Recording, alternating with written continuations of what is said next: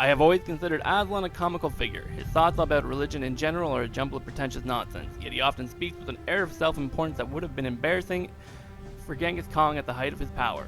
On the topic of Islam, however, Aslan has begun to seem more sinister. He cannot possibly believe what he says, because nearly everything he says is a lie or half-truth calibrated to mislead a liberal audience.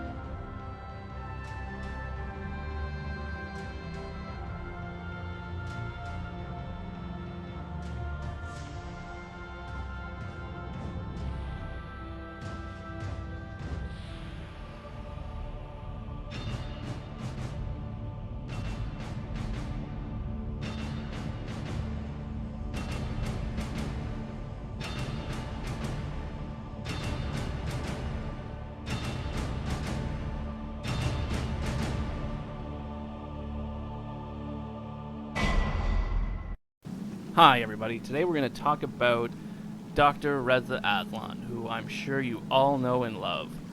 We're not just going to deal with one of his lies, we're going to rank and order his lies by how obnoxious, how often they're repeated, and how successfully he's gotten away with those lies. So let's get some popcorn, get some Advil, sit down, relax, and enjoy the freak show. Coming in at number 10 is I have a PhD in religious history. Well, this is an interesting book. Now, I want to clarify, you're a Muslim, so why did you write a book about the founder of Christianity? Well, to be clear, I am a scholar of religions with 4 degrees, including one in the New Testament and fluency in Biblical Greek, who has been studying the origins of Christianity for 2 decades, who also just happens to be a Muslim. So it's not that I'm just some Muslim writing about Jesus. I am an expert with a PhD in the history of religions. Why would you be interested in the founder of Christianity? Because it's my job as an academic. I am a professor of religion, including the New Testament. That's what I do for a living, actually. So, I mean, it would be like asking a Christian why they would write a book about Islam. I mean, I'm not sure about that. But honestly, I've been obsessed with Jesus for really 20 years. And to be clear, I just want to emphasize this one more time. I am a historian. I am a PhD in the history of religions. So despite saying it over and over again, Reza Aslan does not have a PhD in history. He is a PhD in sociology, which, hey, still makes him a smart guy, but there's no need to embellish your credentials. And the book he's promoting is a history book, so it does matter that he's claiming a history degree instead of a sociology degree. Now, there was a clarification on this. In a Media Matters article, we clarified that Aslan has a PhD in the sociology of religion, but this too is also untrue, because we later find out by talking to his advisor that there is no such thing as a PhD in the sociology of religions at his university. So think about what's happening here. So, Reza Aslan says, I have a PhD in the history of religions. And then people say, actually, no you don't. I'm like, well, I have a PhD in the sociology of religions. No you don't! It's just shocking to see someone lie again a second time. That's very strange. I want to be clear here. I'm not saying it's important that someone have a PhD in the history of religions to write a history book about Jesus, but he's the one that's bringing it up, and he's the one that's playing that card, so it's on him for lying about it. Joins me now. Reza, I mean, what were you thinking as that interviewer was asking those ridiculous questions?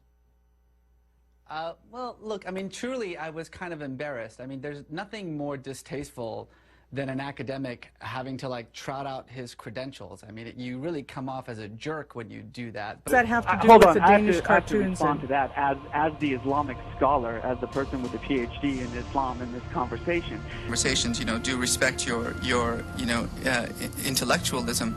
But there's a reason why I don't write books about neuroscience, because I don't have an expertise in neuroscience. I write books about what's going on in the Muslim world because I have an expertise in what's going on in the Muslim world. Yeah. He just happens to be Christian. That's because by the way, that's because Sam Harris's research methodology is the television. Okay? That's Sam Harris's research methodology. This is not an expert on religion. This is not a man who has done a day of field work. He speaks no biblical or Quranic languages. He's done absolutely no research whatsoever in the history of religions or the sociology of religions. He's a neuroscientist, and I'm sure he's a very good one. But that doesn't make you an expert on religion.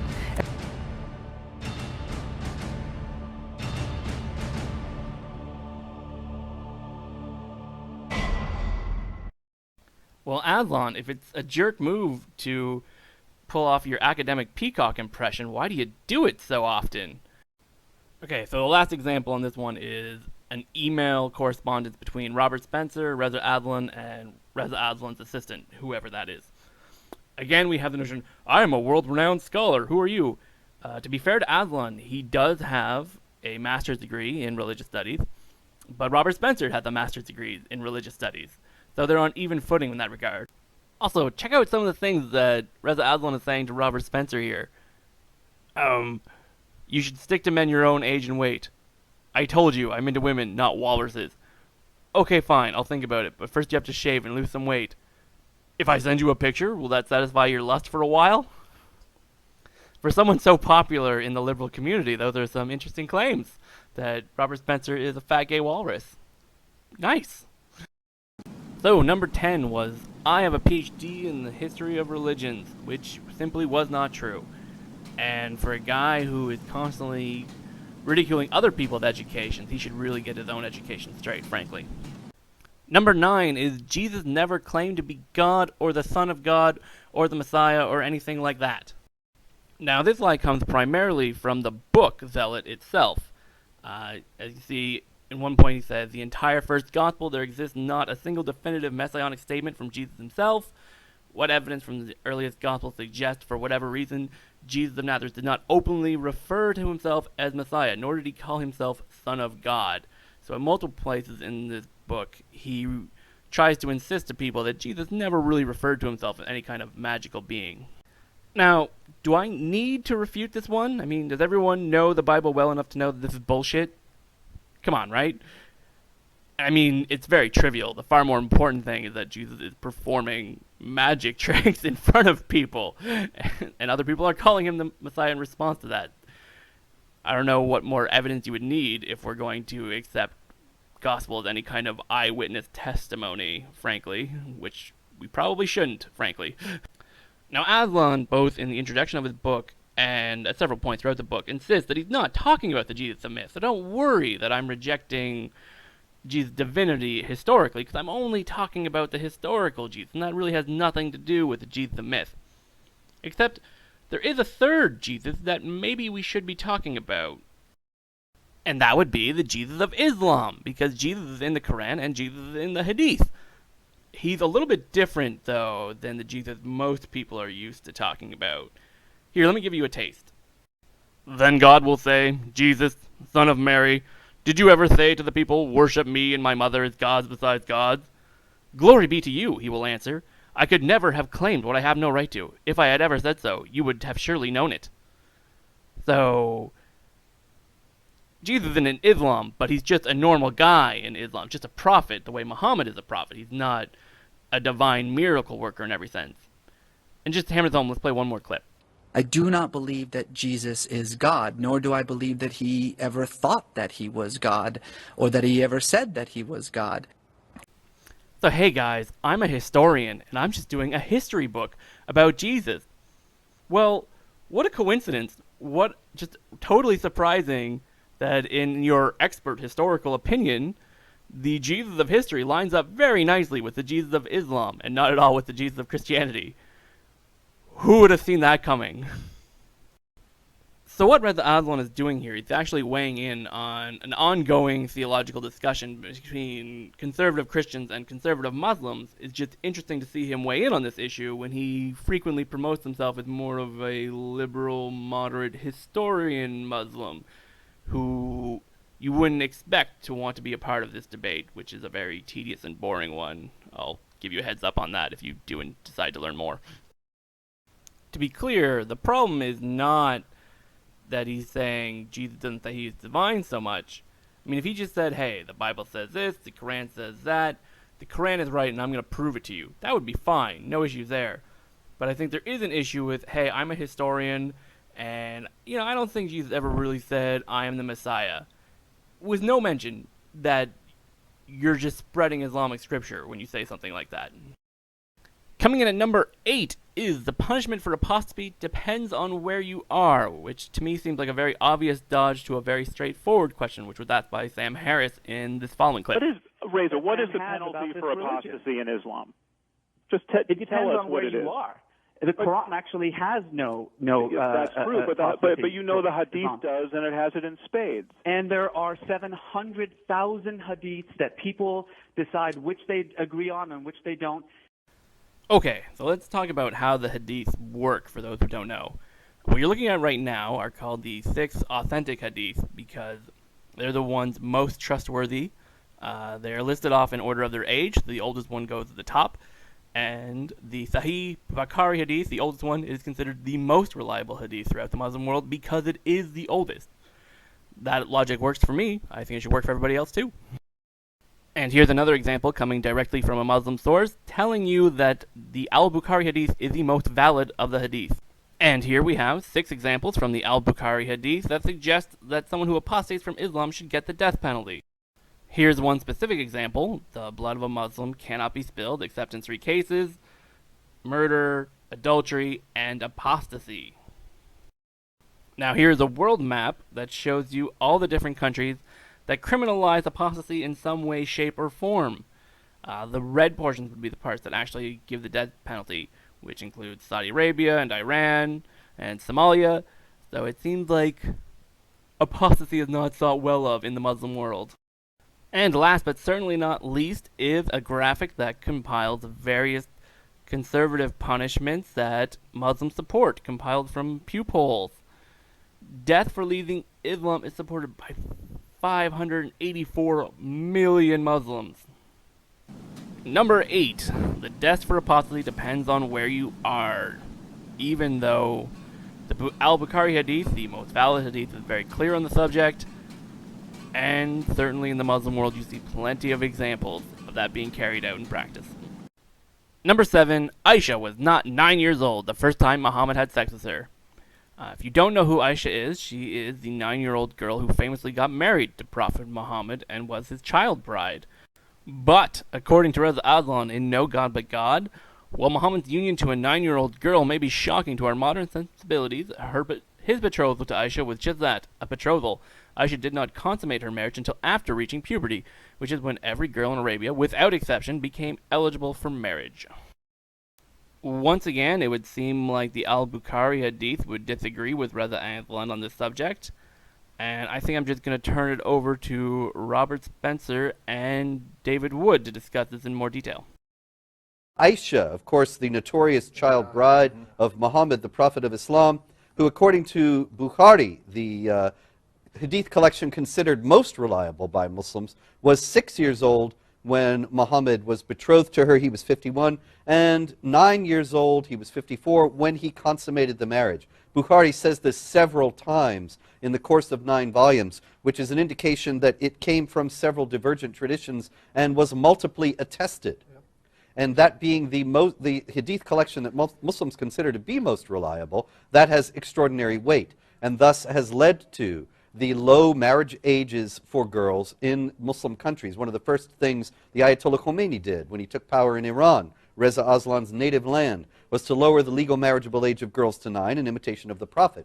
Khomeini himself married a 10-year-old when he was 28.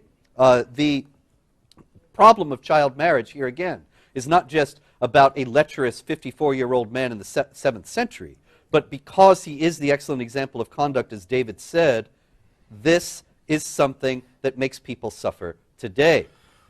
Oh, yes it does. There are lots of examples out there that show you that conservative Muslims would really like you to make the marrying age for 9-year-old girls legal. And if you look at things at the macro level, you can see world maps of child age for girls, and you quickly notice that the Muslim world is at the bottom of the list when it comes to rights for women on this particular issue. Why? Because to raise the marrying age in your country would be to confess that Prophet Muhammad was in the wrong when he had sex with a 9-year-old girl. So they keep the marrying age at 9 for that reason. This is Sahih Muslim, Book 8. Sahih Muslim, Book 8, number 3311. Number 3311. Aisha reported that Allah's apostle married her, now this one says 7, when she was 7 years old, but now watch this. And he was taken, and it's supposed to say she, it was a typo. She was taken to his house as a bride when she was 9, and her dolls were with her. Now, Sam, what's the significance of saying that her dolls were with her? Yes. Is there any significance other than the fact of, she just happened to be carrying something at the time? According to Islamic tradition, playing with dolls and playing with things that have images are forbidden, except for girls who are prepubescent. Ibn Hajar, in his commentary on Bukhari, actually uses this as proof that she was prepubescent, because if she had been mature, she would have been forbidden playing with dolls. And by the way, Hilleli and Khan actually inserted that commentary into their... This is Hilleli and Khan. What greater translators are there, right? Yeah, exactly. They translated both the Quran and Sahih al-Bukhari. So Reza actually specifically says that Aisha, the marriage was consummated after she had reached puberty. That is explicitly, specifically contradicted in the hadiths we've been discussing. I largely want to keep my emotions out of this video, but it's hard not to express a certain amount of contempt for what Reza Aslan is doing there. But on the other hand, thankfully, I don't think he's fooled very many people with that particular lie. Anyway, that's number 7. Aisha was not a 9-year-old girl when she had sex with Prophet Muhammad. Number 6. If you know anything about Islam, you know the first thing Prophet Muhammad did was outlaw slavery. And as I said before, it's not enough to just simply say, well, those people, they may call themselves Muslim, they may say that they're doing these actions in the name of Islam, but that's not really Islam, they're not really Muslims. I understand that sentiment, and frankly, it's not exactly false in many ways. I mean, for instance, ISIS's notion of reestablishing slavery as part of Islam. I mean, if you know anything about Islamic history, the very first thing that Muhammad did was outlaw slavery. It was like the number one thing that he did when he established this new religious community. But also stated, and I find this to be so disgusting about how Muhammad banned slavery. He said that on Twitter, I think at least once, maybe more, and then I think he said it one other time in an article about how Muhammad banned slavery. And that is it's just false. He banned enslaving other Muslims. That's it. To me, it's so blatant. It's a lie by omission. It's so blatant. And I'm surprised that other Muslims aren't calling him out on it. Yeah, I mean, it's not somewhat even like, bending the truth or omitting the truth. Like you say, he'll outright lie about the views of his critics and opponents as well. And I'm tempted to just keep on moving, because honestly I think Sarah Hayter said everything that needed to be said on the topic. And if you're not following Sarah Hayter on Twitter, you should be. I'll add a little bit. So when Prophet Muhammad attacked the city of Khaybar, he put all the men to the sword and put all the women and children into slavery, and that's not at all an unusual event in the life of Prophet Muhammad. Also, there are points in the Quran where it says, if you commit crime X, Y, or Z, you gotta pay this punishment, or if you own Muslim slaves, you can set them free. So that creates a process whereby eventually Muslims become free, and it also creates a system where your slaves are very tempted to convert to Islam, because then there's a chance you might get free someday. So I think that definitely has a dark side to it.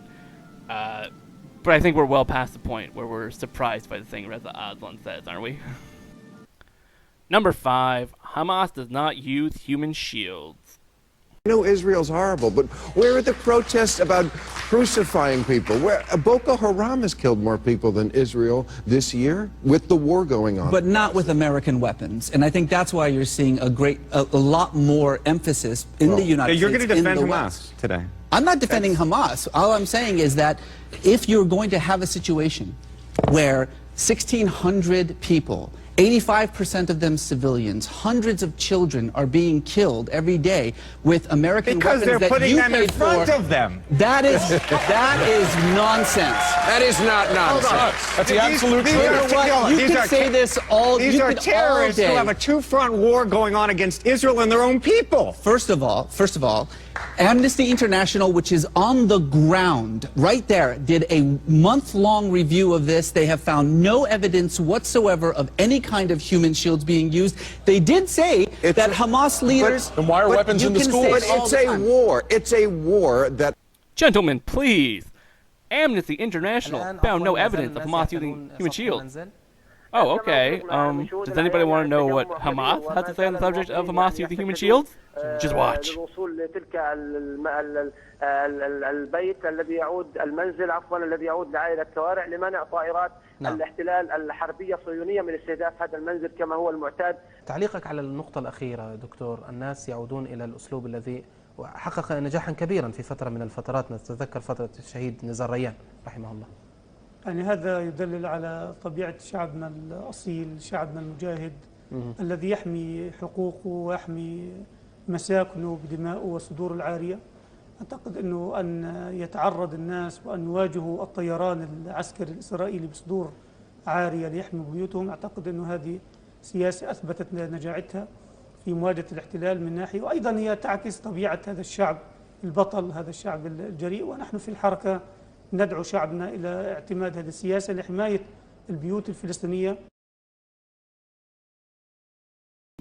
So this is one of those situations where Hamas spokesman or Muslim Brotherhood spokesman will say something on Arab TV that they would never say on an English-speaking news channel in a million years. And that's why the Memory YouTube channel needs to exist and should be supported by everybody, because they will translate Arab TV into English for our viewing pleasure. Can't be more grateful to them in this specific example because, you know, Reza Aslan is a guy who claims to have spent time in the Muslim world, to speak the Muslim languages, so he should know what's appearing on Arab TV, and he shouldn't be bullshitting about it right in front of us. Coming in at number 4, Iran's president didn't really say wipe Israel off the map. Why would he say that? He wouldn't say that. Of course not. Here is the offending article written by Reza Aslan, in which he tries to convince us that Ahmadinejad is a liberal that we've got all wrong. So we all thought that Ahmadinejad said, wipe Israel from the map in 2005, but no, actually, the expression wipe from the map means destroy in English, but not in Farsi.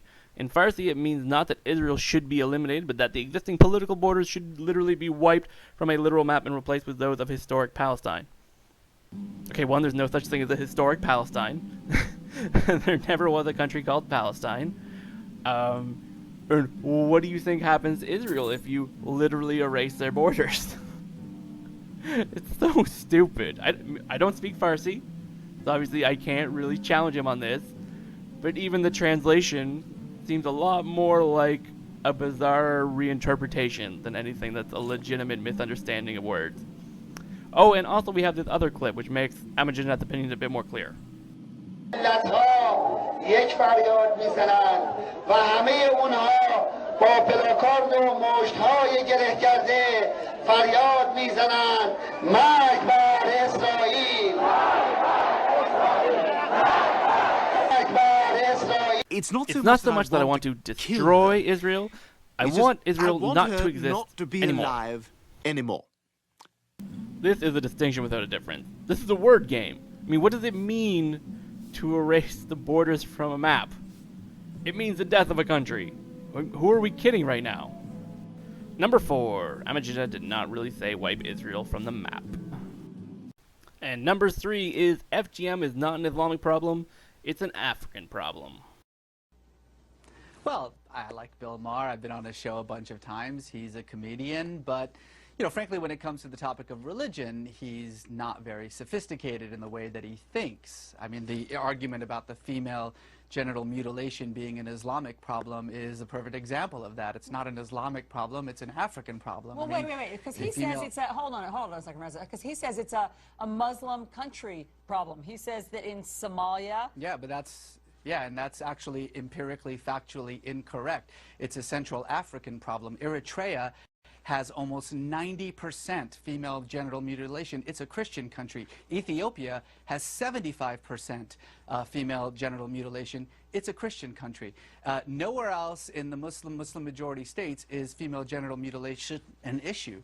But again, this is the problem, is that you make these facile arguments like that. When Reza Aslan was presented, for example, with arguments about, well, listen, female genital mutilation is quite prevalent in Muslim countries, Aslan argued that this is actually an African problem, not a Muslim problem. Now, let's look at the data, okay? Is that true? Let's analyze every claim made based on the data we have.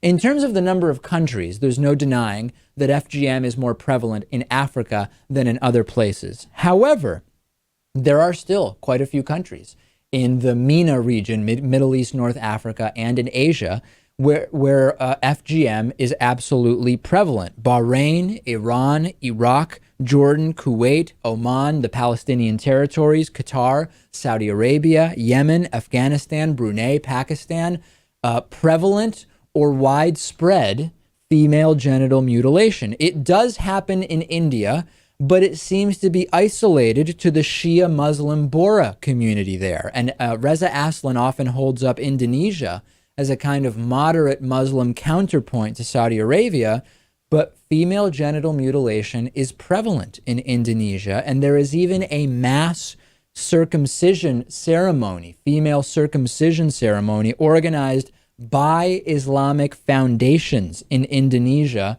to celebrate the Prophet Muhammad's birthday. So on the facts, Lewis, much of what Reza Aslan has been peddling is just factually inaccurate. So in addition to a long list of countries outside of Africa that do in fact practice female circumcision, the idea that happens only in Africa is false. But even when you look at Africa and compare it to Islam in Africa, I mean, if you're not seeing an overlap in these two maps, I don't know what planet you're living on. You just need to have your eyeballs checked there. And pointing to Ethiopia and Eritrea, okay, well, let's take a look at those countries, and you notice that it's not quite the Christian majority countries that we were promised. It seems much more like a 60-40, 50-50 split to me. And besides, I mean, there's 28 countries in Africa that do female circumcision. Are you trying to tell me that 14 of them are Christian and 14 of them are Muslim?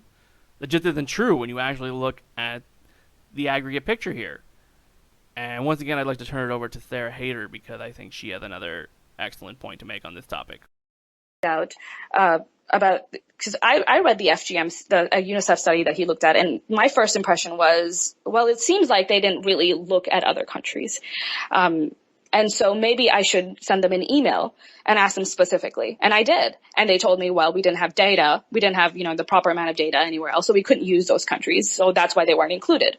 Not because they didn't find FGM, just because, right, okay. They didn't have it. So that's such a simple step to take, to just send an email to the study's authors and get a reply. And to me, that's a very basic level of scholarly diligence, or it's not even scholarly. It's not even at that level. And Reza Aslan wasn't able to do it. And he didn't even bother doing it because this was something that seemed like it fit in well into his agenda. And therefore it's fine. Reza, you don't think that there's anything more, there's the justice system in Muslim countries, you don't think is somehow more primitive or subjugates women more than in other countries? Did you hear what you just said? You said in Muslim countries. I just told you that Indonesia, women are absolutely 100% equal to men. Aslan's behavior on that CNN clip I find really grating on the nerves because he's being so belligerent towards those two people working at CNN, and he's so wrong. He's so wrong. It's like, oh, in Indonesia, they're totally equal to men, except that's one of the countries where female circumcision is a problem. It's crazy. It's crazy that he got away with it. I mean, I've seen that clip posted to my Facebook feed at least twice from my friends who were impressed by that clip and came to the conclusion that it's horrible for you to say that FGM is an Islamic practice, even though that's crazy considering what Islamic scripture actually has to say on the subject. And the silver medal goes to the Muslim Brotherhood is not a jihadist organization. Amazing. Zawahiri, and I'm so glad that you brought this up, because Zawahiri wasn't a jihadist until he was placed in the dank and sadistic prisons of Egypt and tortured, and then when he came out, then he became a jihadist. Well, that's actually I in not no true. way. No, it's absolutely true. Well, he was a member. Read The Looming Tower. I know Lawrence Wright. We've talked about this. He himself, Zawahiri, was of course a member of the Muslim Brotherhood, but the Muslim Brotherhood is not a jihadist organization. Close enough, by my lights. That again indicates the profound unsophistication that you have about this region, to think that there is a connection between the Muslim Brotherhood in Egypt and Al-Qaeda, that they are exactly the same thing, or I'm that not they saying they're represent, the same thing, but or that they're close the ideology is so close in its divisiveness. You could not be more wrong in that case. Well, we've read the same book. The Muslim Brotherhood, as you know, is taking over in Egypt now. And it's an organization that was founded in Egypt. It is dedicated to restoring the political aspects of Islam. It was actually founded in 1928. In 1924, the caliphate was abolished. The caliph was the successor of Muhammad as the political, military, and spiritual leader of the Muslims. And in 1924, the secular Turkish government, Mustafa Kemal Ataturk, who was the founder of secular Turkey, which is now on its last legs, he was one of, really the only Muslim leader in the history of Islam who has realized that his country was wrecked because of Islam. And so he abolished the caliphate, which is like as momentous a thing as if an army were to go into Rome and depose the Pope and say, no more Pope. And there hasn't been a caliph since 1924, but in 1928, Al-Banna established the Brotherhood in order to reassert political Islam. He thought it was a terrible thing what Ataturk had done, that Ataturk was an enemy of Islam, which he was, and that the Brotherhood was going to put it all right again and reunite the Islamic world under a new caliphate and spread Islamic law over the world. Now the Brotherhood, a few years back, had a meeting and mapped out its strategy and goals for the United States. This was a private meeting. The press was not invited. I wasn't there. Only Brotherhood members were there. But as it happened, during the Holy Land Foundation trial, it all came out. The Holy Land Foundation was, a few years back, the largest Islamic charity in the United States. A charity, right? Isn't that nice? You know, feeding the poor, taking care of the needy. Well, actually, they were giving the money to Hamas. The Holy Land Foundation was shut down, and their offices were raided, and it was a great moment. It was a beautiful thing, because we found out more about Muslim Brotherhood operations in the United States from the documents that were recovered from the Holy Land Foundation offices than we ever knew before. And this document about their strategic goals for the United States was one of the things that was uncovered. And it's, in first place, it contained a helpful list of the Muslim Brotherhood organizations in the United States. And so that's how I know that the Muslim American Society, Islamic Society of North America, Council on American Islamic Relations, etc., are Brotherhood groups. And it also said that the brothers must understand that their work in America is a kind of grand jihad in eliminating and destroying Western civilization from within and sabotaging its miserable house so that Allah's religion is victorious over other religions.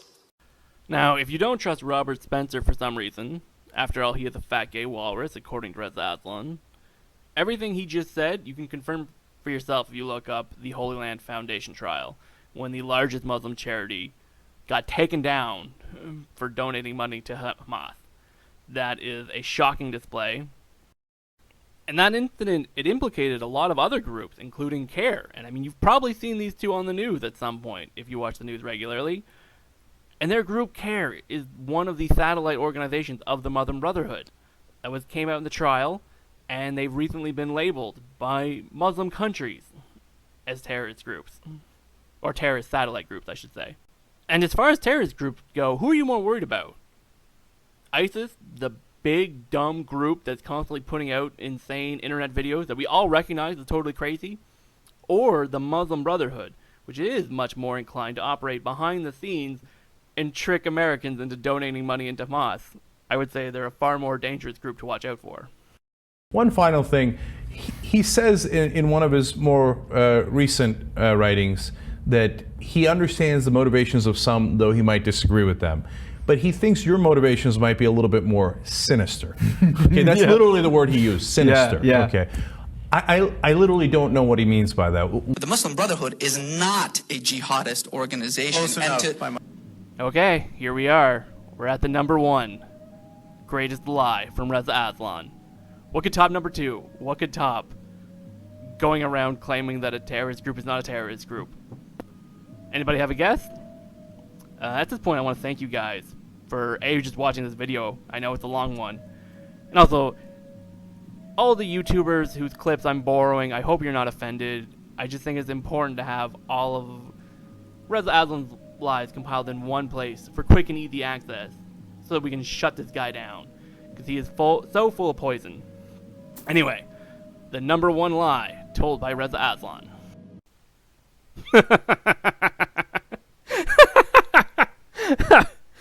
Yep, that's number 1. Soak it in. Enjoy the freak show. Jesus was not peaceful. He was leading a violent revolution against the Roman Empire. Now just think back to number 10, when he said, I have a PhD in history. And the obvious question is, well, you have a PhD in sociology, and that's pretty impressive. Why would you lie about which PhD you actually have? Well, remember, that interview was about promoting Zealot, the life and time of Jesus of Nazareth. And the contents of Zealot are so insane that I think he felt obliged to lie to protect the lie. I gotta protect what I'm doing here by hypnotizing people into thinking that I am unassailable when I make historical claims. And the general gist of the book is, look, you've all been lied to about who Jesus was. You know, Paul, he tried to rewrite history by making Jesus into a peaceful man, but actually, he was a guy who was trying to lead an army against Rome. Yeah, that's right. What's the evidence for this? Oh, let's look into it. Now, the obvious problem with this argument is that Jesus didn't kill anybody, but I'll show you how Reza tries to make this argument work. So the first quote here, the bandits tapped into widespread apocalyptic expectation that had gripped the Jews of Palestine. Okay, side note, the country we're talking about that Rome ruled over was Judea, not Palestine. In the wake of the Roman invasion, one of the most fearsome of all the bandits, the charismatic bandit chief Hezekiah, openly declared himself to be the Messiah and promised one who would restore the Jews to glory. The next one, it was around this time that a new and far more fearsome group of bandits arose in Galilee, led by a magnetic teacher and revolutionary known as Judas the Galilean, not to be confused with Judas the traitor. Judas was perhaps the first revolutionary leader to fuse banditry and zeal into a single revolutionary force, making resistance to Rome a religious duty incumbent on all Jews.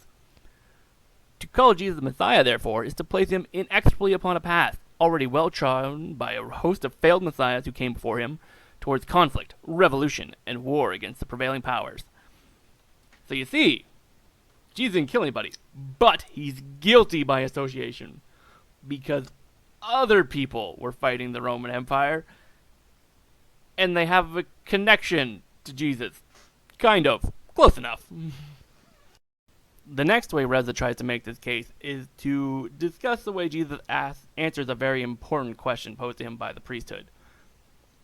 The first quote, it was not the census itself that enraged Judas and his followers, remember that violent revolutionary, it was the very notion of paying any tax or tribute to Rome. Simply put, if you thought it lawful to pay tribute to Caesar, then you were a traitor and apostate. You deserve to die. Well, you have to appreciate the cute use of the word apostate there. I see what you did there. I see you. Very funny. Anyway, that adds context to this part of the Bible that Reza is going to comment on. So the temple authorities, they hatch a plot to try to implicate Jesus as some sort of zealot revolutionary. Tell us, is it lawful to pay the tribute to Caesar or not? Show me a denarius. Whose image is this? It is Caesar's. Well then, give back to Caesar the property that belongs to Caesar, and give back to God the property that belongs to God. Now, you might be thinking, okay, the violent people in Judea don't want to pay a tribute to Rome anymore, and Jesus is saying, let's pay the tribute to Rome. separating him from those violent people. But this part of the Bible has been recorded all wrong, according to Reza Aslan. Jesus' words speaks for themselves. Give back, apodiomi, to Caesar. The verb apitomi is translated as render unto. It's actually a compound word. Apo is a preposition that in this case means back again. Didomi is a verb meaning to give. Apodinomi is used specifically when paying back someone property to which he is entitled. In other words, according to Jesus, Caesar is entitled to be given back the denarius coin, not because he deserves tribute, but because it is his coin, his name and picture are stamped onto it. By extension, God is entitled to be given back the land the Romans have seized for themselves. I think this is one of those moments where you just start speaking about ancient languages and you hope people's eyes glaze over and don't notice what's really happening here. You have been reading the Bible as render unto, and it's supposed to be give back. And you see how that just changes the sentence completely. Nope. No, it does not. So silly. It harkens back to number 4, trying to play this game as Farsi. Oh, we're not going to wipe Israel off the map. We're just going to erase the borders of Israel. You're changing the sentence without changing the sentence. It doesn't mean anything. And what is it supposed to mean? Okay, here's what we're going to do, guys. We're gonna pay the tribute, and then we're going to kill these assholes. That makes no sense. That makes no sense. Rome does not give a shit about the day-to-day affairs of Judea. You're either paying the tribute, or you're not. I don't understand why anybody believes this. Sam Harris especially. I mean, I've never seen anyone read the Bible more literally than Sam Harris does. The most literalist in the world doesn't read the Bible more literally than Sam Harris does. No, you see, this is what a literalist conversation looks like. This argument about whether he said render unto or give back, that in an extremely tedious conversation over what was literally said. As if the meaning of the sentence somehow just flips on its head if you swap it around. No, it doesn't. The question was, do you want to pay the tribute, or do you want to be like those other violent assholes who don't want to pay the tribute? And the answer is, yeah, pay the tribute. So let's move along. Now, this last one has to do with when Jesus got arrested. After he left Jerusalem and he's out in the woods and we're preparing for the inevitable. Jesus made sure his followers were armed as well. Jesus, if you do not have a sword, go sell your cloak and buy one. Disciples, Master, here are 2 swords. It is enough. See that? Jesus just told his followers to get swords. What's he planning? What's he up to? 2 swords, man. Yeah, bitch, we're gonna fight the best army in the world with 2 swords. Goddamn right. Continuing. It would not be. After a brief but bloody tussle with the disciples, the guards arrest Jesus and bring him to the authorities. Now, let's read the part of the story that Reza Aslan is not going to talk about. When the disciples who were with Jesus saw what was about to happen, they asked, "Shall we use our swords?" And one of them struck off the high priest's slave and cut off his right ear. But Jesus said, "Enough of this!" And he touched the man's ear and healed him. Now note, Reza makes his argument with Luke 22, and I'm countering this with Luke 22. So let's not have any of that, oh, this part of the Bible trumps that part of the Bible bullshit.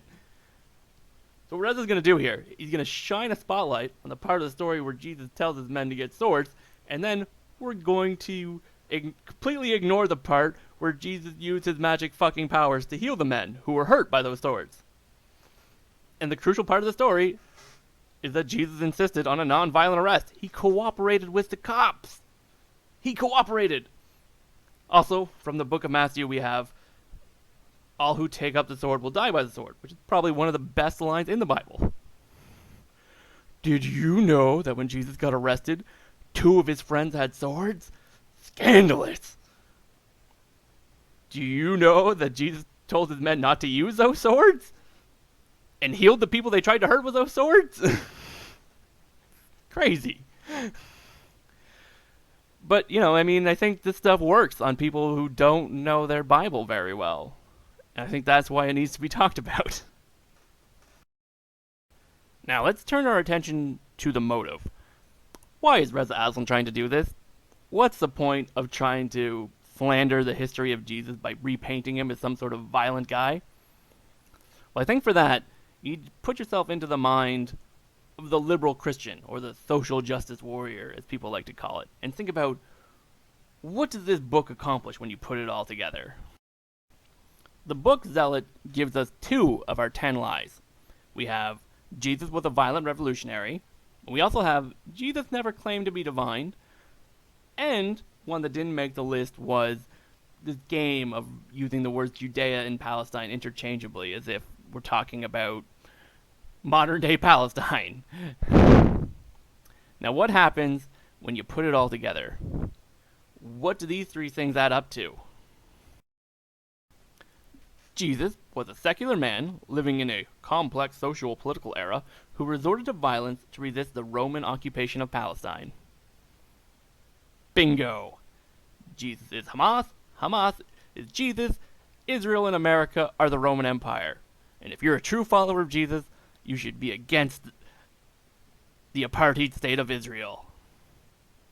This book, it is exactly what the progressive sheep wants to hear.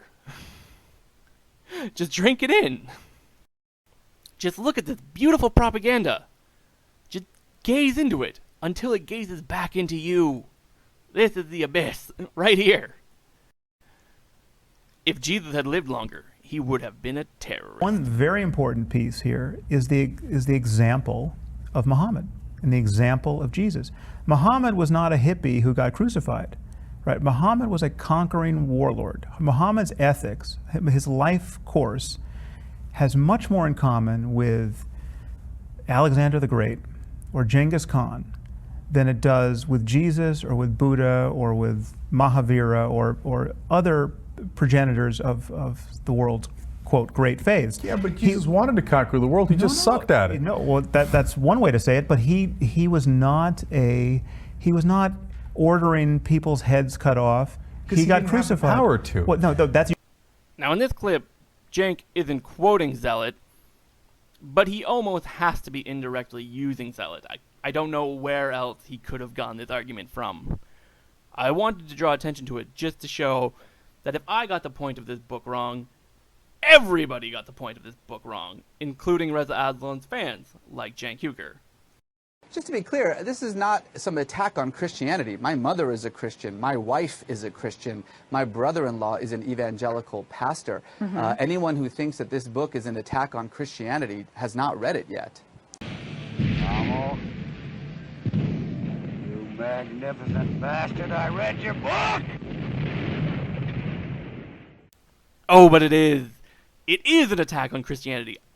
How could you read this book and not get the impression that it's an attack on Christianity? It's called Zealot. The point is, Jesus is a zealot. He's a crazy maniac who wants to fight people. I think that the fundamental problem here is that you're assuming that I have some sort of faith-based bias in this work that I write.